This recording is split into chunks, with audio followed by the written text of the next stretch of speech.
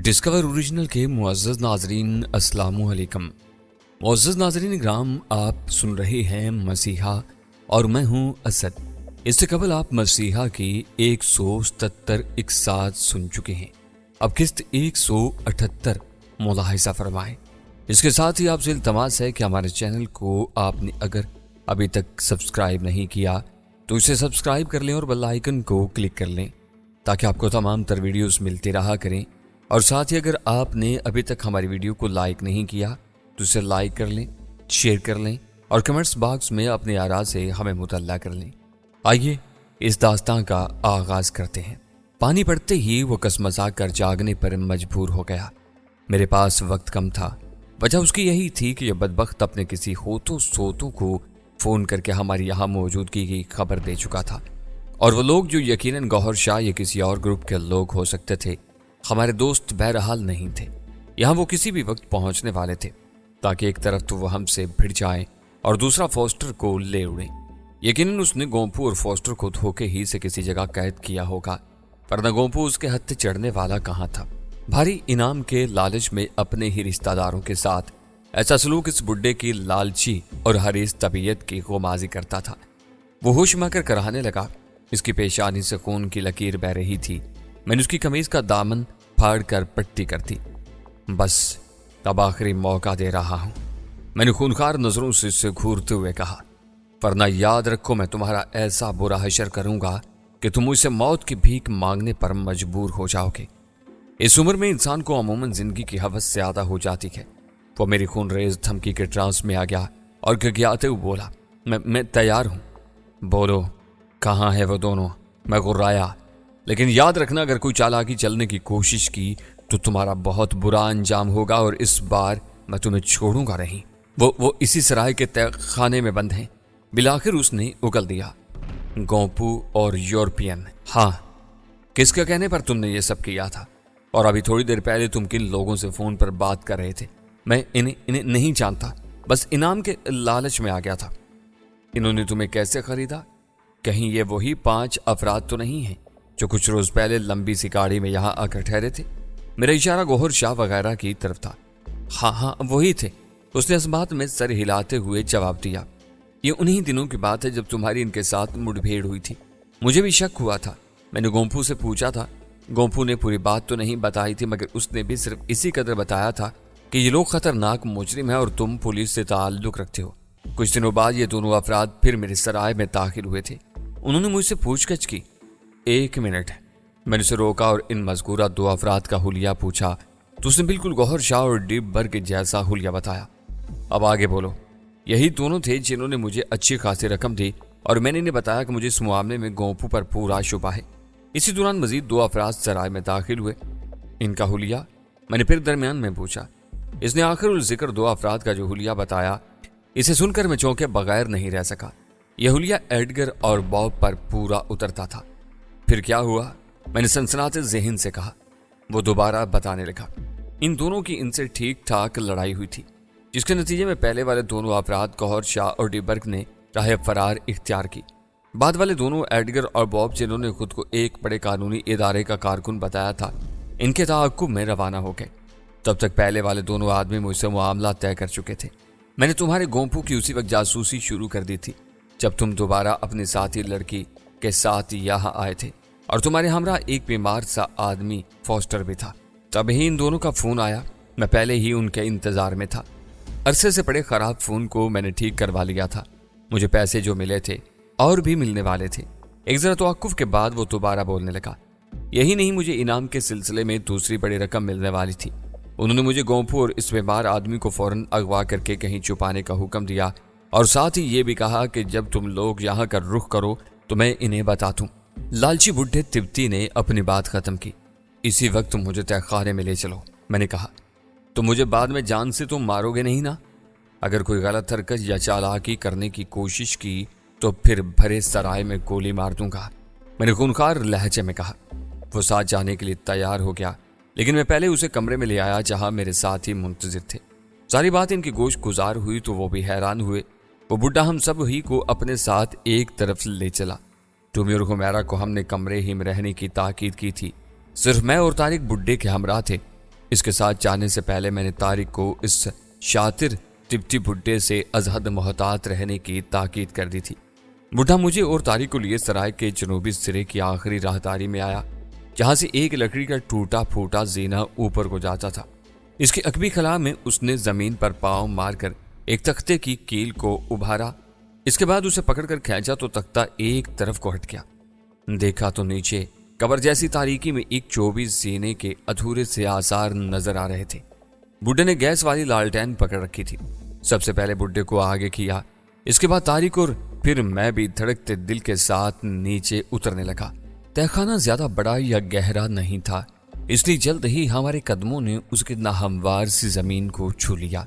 ایک تنگ و تاریک کمرے جیسا زندان تھا، جہاں کوئی کھڑکی بھی نہیں تھی، اور ہوتی بھی بھلا کیسے؟ البتہ چند ایک روزن ضرور تھے جن سے باہر کی روشنی کی کچھ کرنیں گویا مستعار اندر پڑتی تھی۔ ادھر ہی سے ہوا اور آکسیجن کی آمد و رفت ہو رہی تھی۔ تبتی بڈھا گیس کی لالٹین تھامے ایک جانب کھڑا ہو گیا۔ میری دھڑکتی نظروں نے اس کی روشنی میں گرد و پیش کا جائزہ لیا۔ کچھ کاٹ کباڑ بکھرا نظر آیا، عجیب سی بو اور سیلن سی پھیلی ہوئی تھی۔ میں نے دیکھا طارق بھی ادھر ادھر نظریں توڑانے میں محو تھا۔ مجھے یہاں گوپو اور فوسٹر دکھائی نہیں دیے۔ میں اور طارق بڈھے تبتی کی طرف سوالیہ نظروں سے دیکھنے لگے کہ اس نے اچانک گیس کی روشنی بجھا دی۔ میں اس کی چالاکی سمجھ نہیں سکا تھا اور یہی سمجھا تھا شاید کسی وجہ سے ایسا ہوا تھا، لیکن طارق چوکنا تھا کیونکہ لالٹین بجھتے ہی مجھے کسی کے واپس بوسیدہ زینے کی جانب دوڑنے کی آوازیں آئیں، پھر ایک کرہا نما چیخ ابھری۔ یہ تبتی بڈھے کی چیخ تھی۔ میں چونکا اور اسی جانب بڑھا۔ ہائے! تبتی بڈھا کراہتا بلبلاتا ہوا میرے قریب آن گرا۔ اس کا وجود میری ٹانگوں سے ٹکرایا تھا۔ میں پہلے ہی محتاط ہو چکا تھا۔ لپک کر اندھیرے میں اندازے سے اس کا وجود دبوچ کر اٹھا لیا۔ اسی وقت روشنی ہو گئی۔ اب گیس لالٹین طارق کے ہاتھ میں نظر آ رہی تھی۔ اس کا چہرہ غصے اور تیش سے سرخ ہوا جا رہا تھا۔ وہ خونخوار نظروں سے تبتی بڈھے کو گھور رہا تھا۔ یہ بدبخت ہمیں چھوڑ کر یہاں سے بھاگنے کی کوشش کر رہا تھا، طارق نے گراہٹ امیز لہجے میں بتایا۔ یہ سن کر میرے تن بدن میں آگ سے لگ گئی۔ یہ بڈھا کم وقت اب بھی ٹھٹائی دکھانے سے باز نہیں آیا تھا۔ میں نے بھی غیظ آلود نظروں سے اسے گھورتے ہوئے جھک کر اس کی گردن دبوچ لی اور اسے اسی کے زور کھڑا کر دیا۔ اب تیری قبر اس تہخانے میں بنے گی، کہتے ہوئے میں اس کا گلا دبانے لگا۔ وہ خوفزدہ ہو کر پھنسی پھنسی آواز میں بولا، مجھے معاف کر دو، میں اب دوبارہ یہ حرکت نہیں کروں گا۔ وہ دونوں یہاں کہیں نظر نہیں آ رہے ہیں۔ کدھر ہیں وہ دونوں؟ میں نے اس کی گردن چھوڑ دی۔ وہ ہانپنے لگا۔ میں اور طارق اب بھی اس کی طرف سے محتاط تھے۔ ہم تینوں جیسے دم بخود ہیولوں کی طرح کھڑے تھے۔ سیلن زدہ پوسیدہ دیواروں پر ہمارے پوری استراحت سے سائل لرزاں تھے۔ وہ ادھر ہی ہیں، اس طرف، اس نے کہتے ہوئے کونے کی جانب اشارہ کیا۔ میں نے اسے دوبارہ دبوچ لیا اور طارق کو اس طرف بڑھنے کا اشارہ کر دیا۔ ہم دھڑکتے دل سے اس کونے کی جانب بڑھے تو دنگ رہ گئے۔ وہاں دو وجود بے سود پڑے نظر آئے۔ طارق نے روشنی ان کی جانب کر دی۔ ہم دیکھتے ہی پہچان گئے، ان میں ایک گومپو تھا اور دوسرا فوسٹر۔ اس بدذات پر نظر رکھو طارق، میں ذرا ان دونوں کا جائزہ لیتا ہوں، میں نے طارق سے کہا اور اس نے اسبات میں اپنے سر کو جنبش دے دی۔ میں تیزی سے آگے بڑھا۔ سب سے پہلے میں نے گومپو کا معائنہ کیا، پھر فوسٹر کا۔ وہ دونوں زندہ تھے مگر کسی نشہ آور دوا کے زیر اثر بے ہوش تھے۔ میں نے ہوش میں لانے کی تدبیریں کرنے لگا۔ وہاں پانی کا ایک گھڑا سا پڑا تھا، وہ اٹھا کر میں نے باری باری ان پر الٹا۔ اس کے بعد انہیں ہوش آنے لگا۔ گومپو اپنی آنکھیں ملنے لگا اور فوسٹر نے کھانسنا شروع کر دیا۔ ہوش میں آؤ گومپو، یہ ہم ہیں تمہارے دوست، میں نے گومپو کا گال ہولے سے تھپ تھپاتے ہوئے کہا۔ وہ بیچارہ خوف زدہ سا تھا، تاہم پوری طرح ہوش میں آ گیا۔ طارق گیس لالٹین تھامے چوکنا کھڑا تھا۔ اس کے بعد میں نے فوسٹر کو بھی مخاطب کیا۔ تم ٹھیک ہو نا فوسٹر؟ وہ اپنی آنکھیں ملنے لگا۔ اس نے اس بات میں سر ہلانے پر اکتفا کیا۔ اس کے بعد میں نے دونوں کو باری باری سہارا دے کر کھڑا کر دیا۔ میں نے گومپو کو بتایا کہ اس رذیل بڈھے نے انہیں یہاں قید کر رکھا تھا۔ باقی باتیں میں نے اسے کمرے میں چل کر بتانے کا کہا۔ تم یہاں سے بالکل بھی حرکت نہیں کرو گے، میں نے تبتی بڈھے کو گھورتے ہوئے کہا۔ اس کے بعد طارق کو واپس چلنے کا اشارہ کیا۔ بڈھا چیختا چلاتا رہ گیا مگر ہم اسے تہخانے ہی میں چھوڑ کر اوپر آ گئے اور تختہ دوبارہ برابر کر دیا اور اس کی کیل بھی دبا دی تھی۔ رومی اور حمیرہ بے چینی سے ہماری واپسی کی منتظر تھیں۔ ہمیں کامیاب لوٹتا پا کر ان کے چہروں پر مسرت جاگی۔ ہم نے انہیں ساری بات بتا دی تھی۔ बेचारा गोंपू और उम्र रसीदा फॉस्टर अभी तक दवा के जेर असर नीम खानूदा से थे। हमने इन्हें बिस्तरों पर लिटा दिया। कमरा खासा कुशादा था। जमीन पर भी गद्दे बिछाने का बंदोबस्त था। एक दो लकड़ी की कुर्सियां और एक बेंच मौजूद थी। इन दोनों पर नकाहत भी तारी थी। हमने इन्हें कुछ खिलाया पिलाया और रूमी ने काफी का बंदोबस्त कर दिया। वो भी इन्हें पीने को दी गई तो गोंपू के जरा होश ठिकाने आए। तब उसने हमें बताया कि हमारे जाने के बाद इसके रिश्तेदार बुड्ढे तिप्ती ने जिसका नाम केसरी था, धोखे से इन्हें कुछ पिलाकर तहखाने में कैद कर दिया और खाने पीने को भी बहुत कम देता था। इन्हें तहखाने में कैद हुए 3 दिन गुजर चुके थे। इसके बाद मैंने भी उसे बता दिया कि बुड्ढा केसरी लालच में आकर हमारे दुश्मनों से खुफिया साजबाज कर चुका था। केसरी जिंदा है? रूमी ने किसी ख्याल के तहत एकदम हमसे पूछा। हाँ, तारिक ने जवाब दिया। उसे हम फिलहाल तहखाने ही में बंद कर आए हैं। इनके जरिए हम गौहर शाह और डीबर्ग पर हाथ डाल सकते हैं। रूमी बोली। अब इनकी चाल इन्हीं दोनों पर उलटना होगी। मैंने यही सोचकर फिलहाल उसे तहखाने में कैद कर रखा है। मैंने कहा, गौहर शाह वगैरह दोबारा इस राब्ता करने की कोशिश करेंगे। इन्हें अब हमारे बारे में मालूम करना होगा। ये सैफ ही का कारनामा था, वरना तो हम अंधेरे में टामक टूइयां मारते रहते और हम भी धोखे में आ जाते। तारिक मेरी तरफ तौसीफी नजरों से देखते हुए रूमी वगैरह से बोला, ऐसा महज इत्तिफाक नहीं हुआ था। मैंने कहा, मैंने उस बूढ़े तिप्ती की बातें सुननी थी जो ये एक कोने वाले गोशे में रखे टेलीफोन पर किसी से कर रहा था। इसकी राजदाराना अंदाज की गुफ्तगू से मैं चौंका था। सुना तो ये उकदा खुला कि इस कमबख्त ने क्या गुल खिला रखा था। खैर, मैंने जरा रुक कर आखिर में कहा, ये बुढ़ा इन्हें हमारे बारे में यहाँ पहुंचने की इत्तला कर चुका है। ओह, इसका मतलब है कि गौहर शाह और डीबर्ग किसी भी वक्त यहाँ पहुंचने वाले होंगे। खुमैरा बोली। हाँ, मैंने इस बात में सर हिलाया। हमें आज की रात मोहतात रहना होगा क्योंकि इनका अहम शिकार फॉस्टर हमारे कब्जे में है और ये लोग इसे हर मुमकिन तौर पर हमसे छीनने की कोशिश करेंगे। जरूरी तो नहीं कि इस कारनामे को अंजाम देने के लिए सिर्फ ये दोनों ही यहाँ नाजिल हों। रूमी ने किसी ख्याल के तहत कहा, इनके लिए ये मिशन अहम है। वो अपने मजीद साथियों के हमरा भी यहाँ आ सकते हैं। इनके साथी सब खत्म कर दिए गए हैं। मैंने अपना ख्याल जाहिर करते हुए संजीदगी से कहा, यह मुमकिन है कि किसी और शहर में इनकी कोई शिकस्त खोरदा क़यादत इनकी कामयाबी की मुंतजिर हो कि ये लोग फॉस्टर को जिंदा लाने में कामयाब हो जाएं। इसके बाद एक बड़े की मौजूदगी में वन मैन बॉस के खिलाफ कोई तंजीमी कार्रवाई की जा सके। यह मुमकिन है।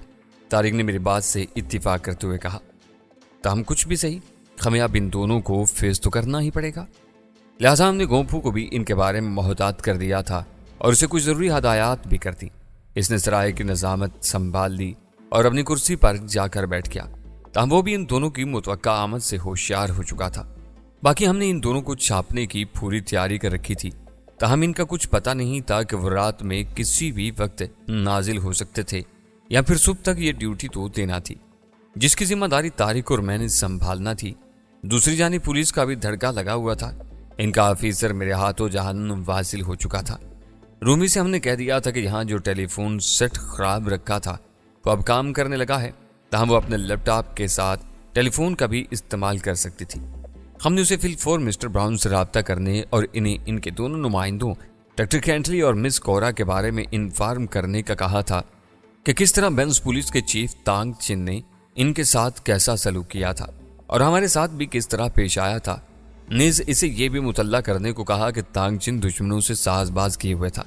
हमें अब डॉक्टर कैंटली और मिस कोरा के बारे में इल्म नहीं था कि वो कहाँ थे। जरूर वो बेंस ही में कहीं मुकीम होंगे। हमसे अभी नहीं तो मिस्टर ब्राउन से राब्ते में तो जरूर ही होंगे। इसलिए हमने मिस्टर ब्राउन के जरिए इन्हें मौजूदा सूरत हालात के बारे में आगाही देना जरूरी समझा। लिहाजा रूमी इसी वक्त अपने काम में मुनहमिक हो गई, जबकि तारिक और मैंने सराय के इस दरवाजे पर डेरा डाल दिया जहां से बाहर के मंजर पर हम सारी रात निगाह रख सकते थे। रातों रात हमने गौहर शाह और डीबर्ग को भी छापने का प्लान बना लिया था और ये सराय हमारे बहुत काम आ रही थी। गोंपू भी अब पूरी तरह चाको चौबंद था। बिलाशुबा गोंपू एक सख्त जान लड़का था। इसे अपने रिश्तेदार बुड्ढे तिप्ती केसरी की इस हरकत पर भी बेहद तैश था कि उसने किस तरह इसे धोखे से तहखाने में बंद कर दिया था और अब लालच में आकर दुश्मनों के हवाले करने पर भी तुला बैठा था। मैं और तारिक अपनी जगह गोया पहरे पर रात भर के लिए बैठ गए। गोपू बेचारा गर्मा गर्म काफी से हमारी खिदमत करता रहा।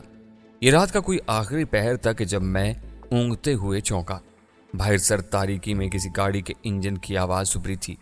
तारिक भी इस आवाज पर यकदम मोहतात हो गया। हमने जरा अपनी गर्दनें उचका कर देखा। बाहर एक गाड़ी की हेडलाइट्स जलती दिखाई दी। मैं इस गाड़ी को पहचान गया। ये गौहर शाह और डिबर्ग ही की गाड़ी थी। कोया वो यहाँ केसरी की इत्तला के मुताबिक पहुंच चुके थे। मेरा दिल यकबारगी तेजी से धड़कने लगा। गाड़ी वही थी जिस पर एक बार पहले भी इन बर्फजारों में जबरदस्त मार्का आराई हो चुकी थी। वो करीब आकर रुक गई। मैं और तारिक घात लगा इस तराई की बैरूनी दीवार के पीछे खड़े इनका बगौर जायजा लेने लगे। मेरी बात दुरुस्त साबित हुई थी। वो दोनों ही थे और इनका कोई तीसरा साथी नहीं था। गाड़ी को बंद करके दोनों सराय के बैरूनी गेट की जानिब बढ़ने लगे। इन दोनों के इत्मीनान की वजह समझ में आने वाली थी। इन्हें शायद तसल्ली थी कि इनके जरखरीद केसरी ने हमें भी किसी तरह धोखे से बेबस कर दिया होगा या फिर किसी और फरेब में रखा होगा। वो दोनों तेज तेज कदमों से बर्फ पर चलते हुए दाखिली गेट की तरफ आ गए। मेरा दिल तेजी से धड़क रहा था। तारिक और मैं इन दोनों पर चपटने के लिए तैयार थे। ताहम हमारी कोशिश यही थी कि किसी किस्म के हड़बोंग ना बचे जिसमें पुलिस की आमद का यहाँ इम्कान पैदा हो, जो पहले ही पंजे छाड़े हमारे ताअक्कुब में थी। गोंपू को हमने बूढ़े केसरी की जगह पर बिठा दिया था और उसे कुछ जरूरी हदायत दे रखी थी। इब्तदाई मरहला गोंपू पर ही इन्हिसार करता था। इन दोनों के इल्म में नहीं था कि गोंपू कौन है। अगर ये इम्कान था कि केसरी ने इन दोनों को फॉस्टर के बारे में मुतल्ला करते हुए गोंपू के बारे में भी बताया हो, ताहम गौहर शाह और डिबर्ग ने बहरहाल गोंपू को सूरत से नहीं देखा था। इसलिए हमने गोंपू को दीगर बातें समझाने के बाद इसे ये भी बता दिया था कि वो इससे क्या सवालात कर सकते हैं और वो इन्हें क्या जवाब देगा। अपना नाम उसने गोंपू हरगिज नहीं बताना था। तारिक और मेरे यहाँ घात लगाने का मकसद फिलहाल इस हद तक ही था कि हम इन दोनों को आखिर तक निगाह में रखें जब तक हमारे मुताबिक गोंपू इन्हें फरेब देने में कामयाब नहीं हो जाता। जैसे ही दोनों अंदर दाखिल हुए उन्होंने सीधा केसरी वाली नशिस्तगाह कर रुख किया। मैं और तारिक मुख्तलिफ सतूनों की आड़ लेते हुए इनके अरीब करीब ही रहने की कोशिश कर रहे थे। तभी मैंने देखा कि गौहर शाह केसरी के बजाय एक गोल मोल से मोटे लड़के को देखकर चौंका और कुछ जाहिर किए बगैर उससे केसरी के बारे में पूछा। गोंपू इन्हें हमारी हदायत के मुताबिक जवाब दे रहा था। जी जनाब, इन्हें जरूरी काम से घर जाना पड़ गया है, उसके घर पर हमें ले चलो, डिबर्ग ने उससे कहा। अंदाज तहकमाना था। और तुम उसके क्या लगते हो? उसने आखिर में सवाल किया। इसे शायद कुछ शुबा हो गया था। मैं तो उनका कुछ नहीं लगता जी, यहाँ मामूली से मुलाजमत करता हूँ सुराय में। गोंपू ने मस्कीन सा मुंह बनाकर जवाब दिया। तुम्हारा नाम क्या है? गौहर शाह ने जिस ख्याल के तहत उसका नाम पूछा था उसका मुझे अंदाजा था। तोंगरा। गोंपू ने हमारी हदायत के मुताबिक अपना गलत नाम बताया। डिबर्ग ने एक खुमकारी ली और कहा, मिस्टर केसरी ने तुम्हें कोई हदायत तो की होगी? हाँ, गोंपू ने फौरन अपने सर को असबाती जुम्बिश दे डाली। हम सब इनके इसी सवाल के मुंतजिर थे क्योंकि इसके बाद हमारा जाल फैलाना शुरू हो जाता। क्या कहा था? अरे माफ कीजिएगा, कहीं आप ही उनके वही दो मेहमान तो नहीं जिन्होंने आज रात यहाँ पहुंचना था? गोंपू कमाल की अदाकारी कर रहा था।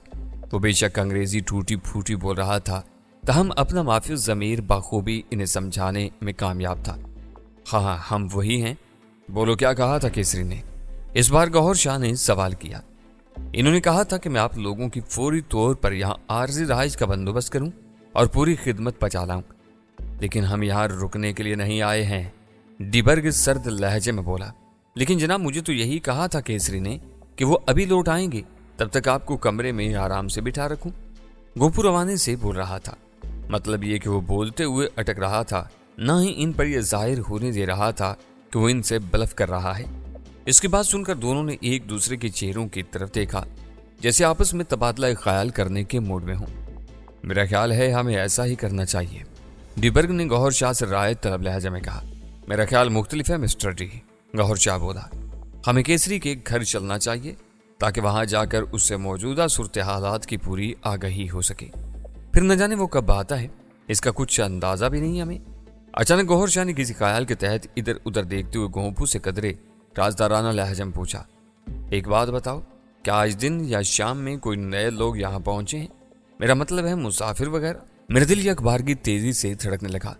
यह गैर मुतवक्का सवाल नहीं था और यकीनी तौर पर मुझे और तारिक को इनसे इसी सवाल के पूछने का बड़ी बेचैनी से इंतजार था, क्योंकि इसके बाद हमारी चाल मुअस्सर रहती। यहाँ तो जी कई लोग रोजाना ही आते जाते हैं। गोंपू ने हमारी हदायत के मुताबिक दानिस्ता गोल मोल सा जवाब दिया, क्योंकि इनकी मर्जी का फौरी जवाब गौहर शाह और डिबर्ग को शुबे में मुब्तला कर सकता था। وہ 2 مرد اور 2 خواتین ہیں۔ گوھر شاہ نے نشاندہی کرنی چاہیے، میری طرح ایشین ہیں۔